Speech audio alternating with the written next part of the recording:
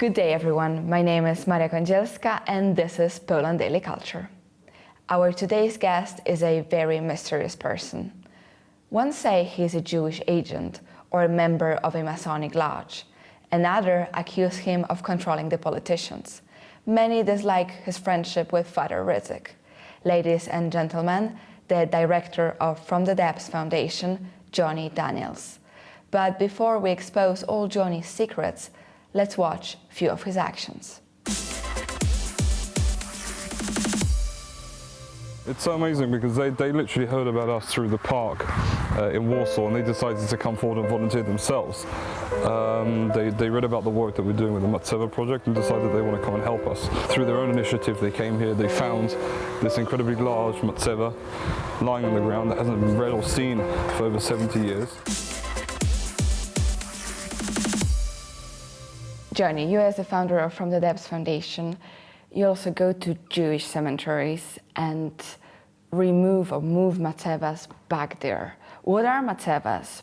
Probably, usually Polish audience doesn't know. And why are you doing it? Why it's needed to be done? We don't move the tombstones from inside the cemeteries. We'll jump back. We'll jump back to the history. So pre-war Poland and the wider area, there were 1,200 Jewish cemeteries.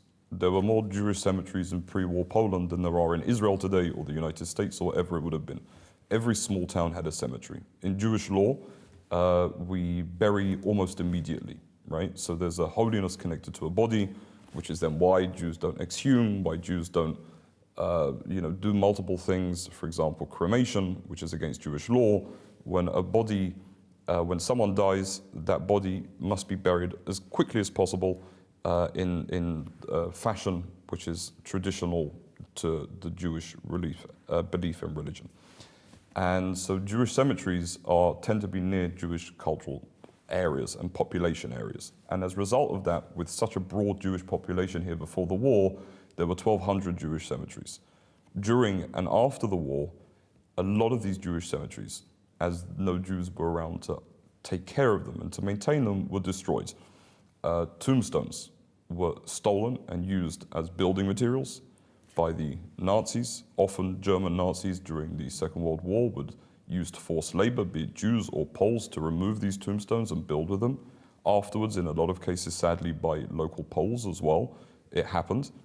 And what we're finding today is that people are starting to discover these stones, right? So if it's a family in a small city that we dealt with recently who took down a chimney in their barn and saw all this funny writing and said, oh my goodness, reached out to us.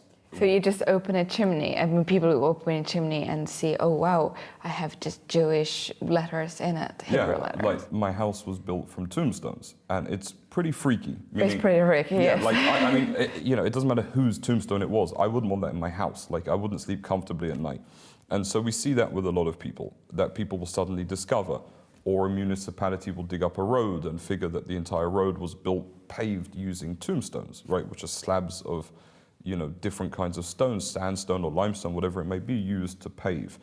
And so in these scenarios, people will often call us and say, hey, what do we do? Something with it. Right? Yeah. They're heavy. How do we take them back? We don't know what to do. Where should they go? So we will work as much as we can with local authorities and as much as we can with the Jewish communities and help and facilitate the return of these tombstones to where they deserve to be, which is in the local Jewish cemetery. But since they are so heavy, you also ask for help the Polish strongmen. Yeah, so we were very lucky to partner with Poland's Strongest Man and the Strongmen Association to help us return these tombstones. Look, I mean, they're heavy. It's a couple of 100 kilos sometimes. I mean, I've had many a bad back even trying to maneuver them, let alone lifting these 300 kilo stones. So in those scenarios, again, we're a small foundation. We don't always have the budget to bring in diggers and excavators and whatever we may need to do. So we rely on a brute force of Poland's Strongest Man when needed. Absolutely, it sounds fabulous, but also very important. Incredibly important. So what are the other actions of From the Depths Foundations? So, a lot of the stuff that we're working on is, again, internationally. And it's trying to tell these stories and to make sure that this history isn't forgotten and the history is actual and told in the way that it should be told, right? Without prejudice or bias. So, you know, we work with many different communities. We've been so honored to work with, you know, great people from across the political spectrum, be them Democrats and Republican congressmen, be it, you know, NBA stars to Hollywood celebrities, whoever they may be. Our aim is to make sure that this history isn't forgotten and it's remembered. And it's also to make sure that these people's testimonies remain alive. Now, we're the last generation that are going to have the opportunity to speak to Holocaust survivors, to speak to the righteous amongst the nations. Our children are already a little bit too young to have the same relationships that we can build with these people in their final days. These people are in their 80s and 90s and 100s. This, you know, when you're talking about a last chance, this is it. Absolutely. In 30 years' time, there are not going to be any survivors left. And then it becomes our responsibility to be their witness and to make sure that their stories are continuously told. So whilst it's absolutely amazing that there are many, many organizations and institutions involved in these subjects and these issues, it's also incredibly disheartening to see that we are maybe the only, if not one of the only, organizations run entirely by millennials dealing with this subject. When you look at the leadership and you see people roughly the same age as the survivors, if not 10 years younger, we have a problem because they're not imparting their understanding and their strength to the generation that comes after them. And our generation now, we live in a different world to what they lived in back then with social media.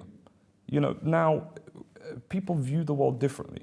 When you have some academic writing 20 pages in some journal that's read by a group of other academics sitting in their, you know, leather chairs in their university campuses, it doesn't permeate, it doesn't make a difference. The young generation aren't seeing this.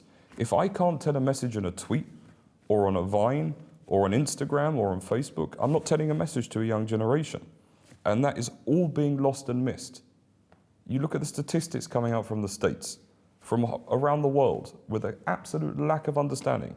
What was the Second World War? How many Jews were murdered? Who was Adolf Hitler? People don't know, which is wild. And the fact that they don't know shows that what's happened until now hasn't really worked. And that's a very difficult thing to say, or it's worked to a degree, but it shows that there's always need for more and different ways of dealing with things, which is why I hope that there'd be another 100 organizations like mine, run by young people, doing things differently, in a different fashion, speaking to people that maybe people are surprised by us speaking to. But this is a new way of doing things. You know, we're riding a 100-foot wave, right? And when you ride a 100-foot wave, you take a massive risk, right? You take a risk of flying and having the best surf of your life, and you take a risk of crashing. And this is a risk that we take, and this is a risk that we must take in being on the edge, in pushing, in talking, and in engaging people that otherwise wouldn't be engaged. But this is something we must do to reach as many people as we can in an open and honest and decent fashion. Wonderful, thank you for doing it. And hopefully, we all hope that the history won't be forgotten, our common Polish-Jewish history. And thank you for watching Poland Daily Culture.